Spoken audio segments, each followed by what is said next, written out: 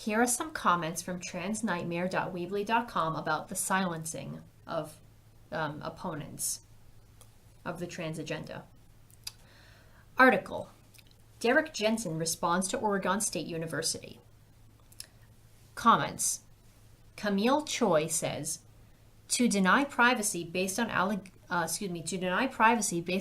open-mindedness, quote, gender is a fiction, so you don't have the right to draw the line between men and women, quote, is absurd. It's actually the same strategy Monsanto uses with regard to GMOs. They claim to be essentially identical with their non-GMO counterparts. So they want to prohibit the public to draw a line and demand labeling. There is something in me that says, it's a decoy. While we're fighting over this, the planet is skinned alive and ever faster. Robin Gaura says, the whole dust-up reeks of COINTELPRO. I would not be surprised to find agents of the security state behind the whole controversy.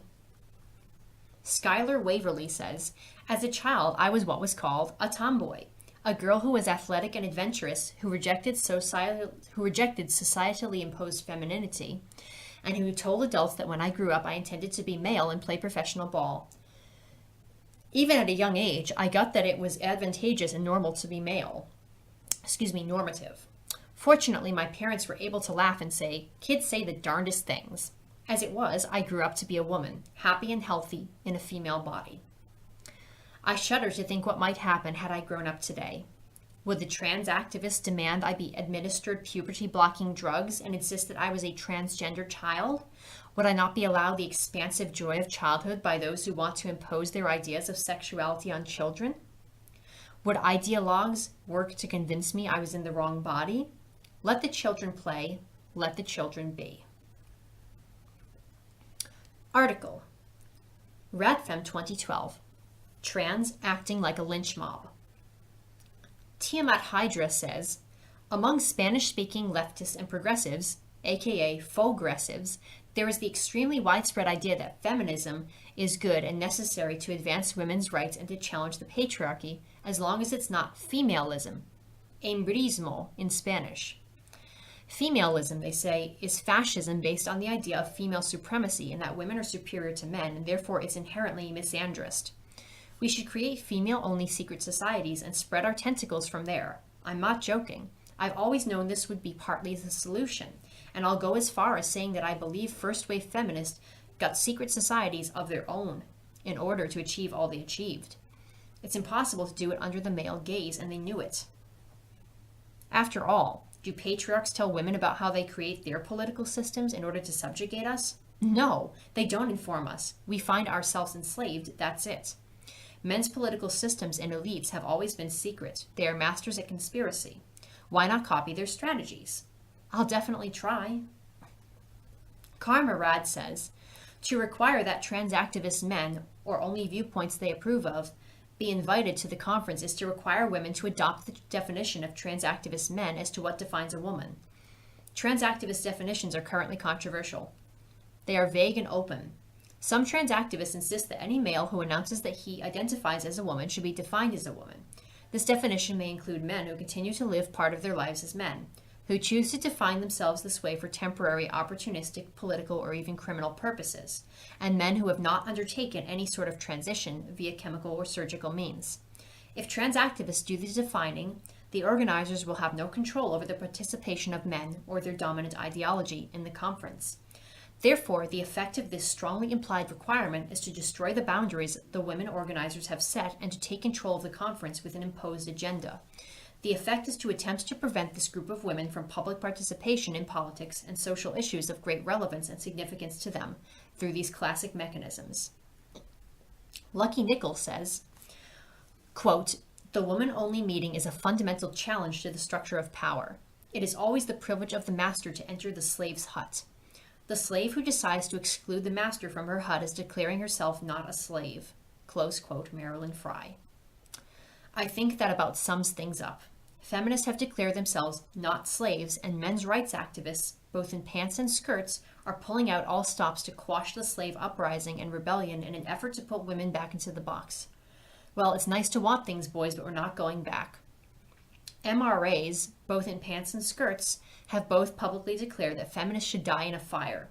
They are, of course, referring to the burning times when women were burned at the stake for witchcraft, because it surely is witchcraft which causes women to declare themselves not slaves. In any case, it falls under the category of lynch mob. Karmarad says, regarding whether radfems may use the metaphor of lynching, many, many women were lynched in the U.S. Lynching is an integral part of women's history and the struggle of all women for freedom. It is a type of brutal coercion that was used especially against black women. Witch burnings were used primarily against Caucasian women. All these violent methods are examples of how women have been oppressed, and of course the irrationality and hatred of lynch mobs is a fair comparison in Rain's essay. In many lynching cases, the fact that the person was female was interwoven with whatever offense the lynch mob decided she had committed. It needs to be said that those who criticize radfems as racist for comparing current methods of oppression of women with historic methods of such oppression of a particular group of women are merely demonstrating their blind sexism in assuming that lynch mobs is a metaphor reserved only for black males. Witchwind says, as a response to an accusation that reusing the metaphor of lynching is racist, I'd say it's misogynistic and male-centered to assume that lynch mobs only apply to people of color, which means men of color by default. It completely suppresses centuries, millennia of history of genocide and persecution of women by men, and prevents us from naming it, by guilt-tripping us and calling us racist, which in this context of course isn't true, but this accusation works really well in shaming us because our subjectivity is so permeated by male violence and male reality, because we have so little confidence in who we are. It's typical anti-feminist strategy meant to prevent us from using terms that accurately describe our oppression, just because they happen to be used by anti-racist men. What they mean by accusing us of racism is that we have infringed the taboo of using words that are only meant to apply to men and their experience of prejudice. Only men are considered human, therefore only men can be considered prejudiced and oppressed. I've seen so-called anti-racists attacking feminists and accusing them of being racist because they just use the word colonized to describe male occupation of women's thoughts, space, land, work, bodies, minds, etc. This is just to prevent us from naming what men do to us and to make us feel guilty about it. Of course, always on the ground that it hurts men's feelings. D. Gold says, I've spent years in queer communities and consider myself a trans ally, but I'm a bit at odds with what most trans people and allies think because I am pro-women's spaces. There is a reality to our social genders, and women have different gendered lives than trans women do. The vehemence that trans people feel towards them is also disturbing. It really does remind me of the hate that men feel towards women's only spaces. This sort of outrage that their privilege doesn't extend everywhere in the universe. I think it really does stem from privilege and the anger around losing part of one's social privilege by being genderqueer. Women become the focal point for their anger because they desire so wholeheartedly to be a full-fledged member of the lady club. I've witnessed all kinds of absurdity around this. I went to a women's college and seriously knew trans men who chose to attend a women's college complain because it was upholding the gender binary. I wanted to tell them to move colleges then. Also, very recently, a pagan group in Berkeley had to shut down its public women-only ceremonies because of the stink that trans protesters made at the pagan gatherings. That really, really made me mad. These women-only ceremonies, the group also held separate all-gendered, female-identified, and trans-inclusive, and men's ceremonies, were focused around the moon and women's menstruation and were in the nude, thus they were for women. They were so empowering, and I'm going to miss them. Why can't we worship our wombs without pissing someone off? Then, of course, there was the Michigan Women's Festival, which I am proud of because they have successfully deflected the trans protesters for years now. I get the feeling sometimes that all of the anger of trans folks get focused on feminists a disproportionate amount of the time. Why? We're such a tiny minority, one that is not the main source of their suffering. Leave us in our beautiful, regenerative women's spaces alone. Article, Radfem 2012 and Conway Hall's Ethics. Comments. M. Andrea commented, quote, if they allowed a Jewish event at the venue, then I gather that the Jewish group must allow their event to be open to Muslims, Christians, and atheists, lest the event be canceled? Close quote. I would be surprised to find that it's not a suable offense for them to claim that women must include every group while they do not require the same for other groups. I thought they were trying to prevent a lawsuit. Davina Squirrel says, here, the hypocrisy of Conway Hall, who have no problem hosting an event like this Muslim one, which is bound to be either segregated or men only. If anyone has any more details, please let me know. Here's the organization's website. Pretty much every single photo I see has females segregated from males. The ultimatum is exactly what we have lived our whole lives with. 100% men's way or be punished. That is what we mean when we say that trans activists act like men, and actually they act a lot like men's rights activists, an extreme misogynist group. Having said that, there's a small minority of trans women who actually do understand the need for female-only spaces and respect our need for that. Them I can talk with. But as for the extremely vocal trans activists, many being late transitioners that have lived most of their lives as men, nope, no negotiation to be had there. The lack of respect of women's boundaries is what men have done to us for centuries. Rainsinger says, yes, exactly. Also, as Zeph has said, following on logically from Marilyn French's analysis of herstory, whenever the social status of women in a society or empire has risen to a point where women have some limited independence, patriarchy has always sent in their eunuchs to reassert control over women.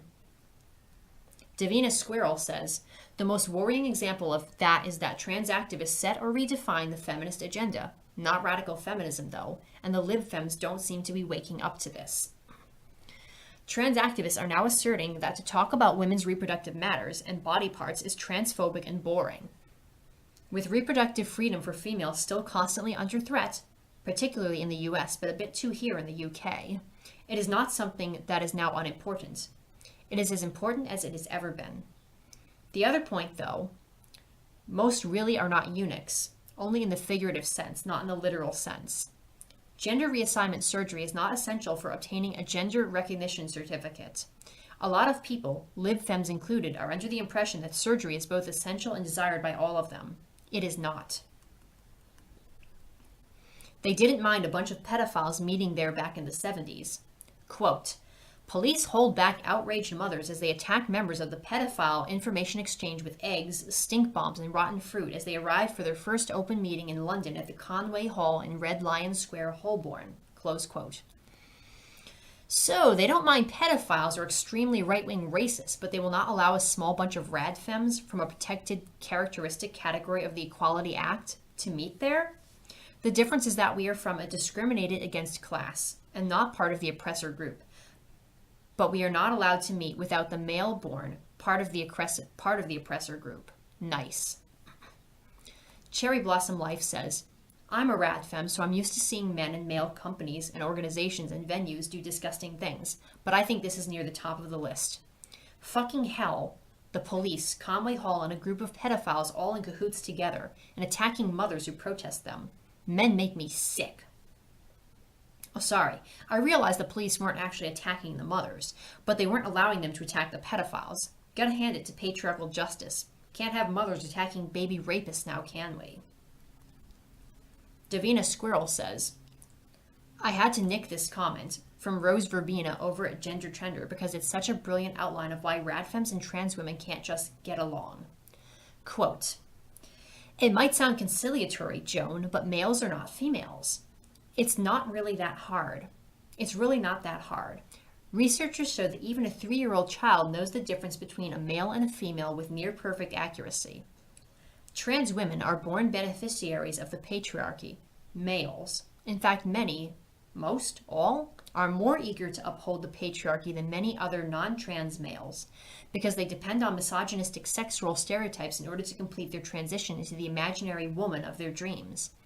The difference between male and female, between trans and real woman, are not mere details when half of the human race is being systematically oppressed by the other half. Sex matters. Socialization matters. Being born into the raping class versus the raped class matters. Male privilege matters. Pretending that sex doesn't matter shows an incomplete understanding of what women's oppression is and what women need to do to end it. False coalitions have been the downfall of the left for decades. The way forward is not pretending that men with gender identity disorder are our sisters in our fight to liberate women. They quite literally don't have any skin in the game. In fact, they benefit directly from the rigid enforcement of misogynist gender roles. If you eliminate gender, you eliminate gender identity, which obviates the very idea of trans because changing sex is literally impossible. Pretending to believe that trans women are really women would be insanity for the women's liberation movement.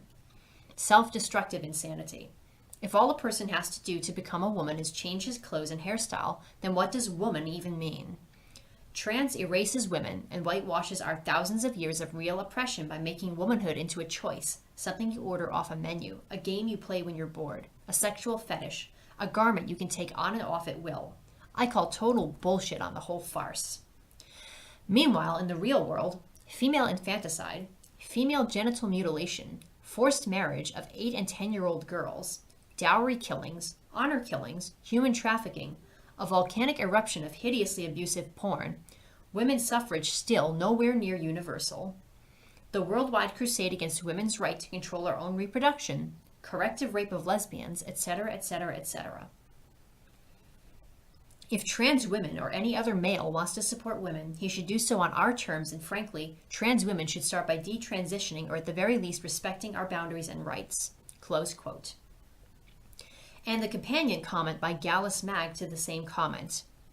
Quote, et Joan. In the activist victory you've outlined above, feminists would stop centralizing the liberation of females. That is, we would cease being feminists and become humanists. Radical feminists centralize female concerns and female liberation. We are a women's liberation movement. Gender purity arguments? Radical feminists do not support gender of the pure or impure variety, whatever that means. Gender oppresses females.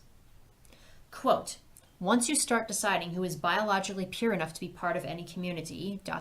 close quote, the lesbian community is comprised of female homosexuals, not heterosexual males. Female homosexuals have a right to lesbian spaces and gatherings as we so choose. Does the RadFem community really accept all biologically born women feminists? Close quote. Do we accept that liberal and other branches of feminism exist? Of course. Is every feminist a radical feminist? Of course not. Can we ally with other feminists on certain issues? Of course. A pro-pornography fun femme would not be a radical feminist. Your comment above, which instructs women that we should stop centralizing the liberation of females in our activism, that we should stop holding conferences and organizing events for females, that lesbians should not hold lesbian-only events, does nothing to support women's liberation whatsoever. You would like to see us focus on and direct our energy to male political and economic justice issues instead of female liberation. That is not going to happen. But there are a ton of women out there, including some that call themselves feminists, who are willing to do so. What is very telling is the level of outrage, including death threats, harassment, no platforming, directed at a fairly small number of women who choose to prioritize the emancipation of females in their politics. And the homophobia and misogyny on display by those who claim lesbians discriminate against males and need to be corrected is very telling as well. Close quote. Hagocrat says, thank you for documenting this so rigorously, Davina. Conway Hall also hosted a press conference for Abu Hazma. Abu Hazma? No problem. Sheila Jeffries? No way. Quote, Sheikh Abu Hazma left, fundamentalist Muslim cleric, head of religious and political affairs for the supporters of Sharia, and Harun Rashid Aswad, believed to be the masterminds behind the July 7th bombings in London, speaking at a news conference at the Conway Hall in London. Hazma was arrested Monday, March 15, 1999, under the Prevention of Terrorism Act in an early morning police raid. Close quote. I guess that's a quote underneath some kind of picture of him or something. Delphine says, in 2009, the British National Party, out-and-out racists, were able to share a platform at Conway Hall with the Muslim Defense Initiative. In 1995, Sinn Féin, the political wing of the IRA, held a press conference there. Is it just women they object to? Because they clearly don't have a problem with racist terrorists or pedophiles. Cherry Blossom Life says, I guess it's because terrorists and pedophiles are men. And racism is rooted in patriarchy, so those three groups feed off each other because without women's subordination, they wouldn't be able to get up to their shenanigans. So keeping women down is what they have in common, and it is vital. So, yes, the only true opposition to the status quo, the establishment, and the system is radical feminism. Delphine says, yes, and it's also a reminder that the liberal men at Conway Hall aren't that far away from the supposed outsider men that they posture about giving a free speech platform to. Because from where women are standing, they're all pretty much the same, all seeking to oppress us and willing to use fascist tactics to do it.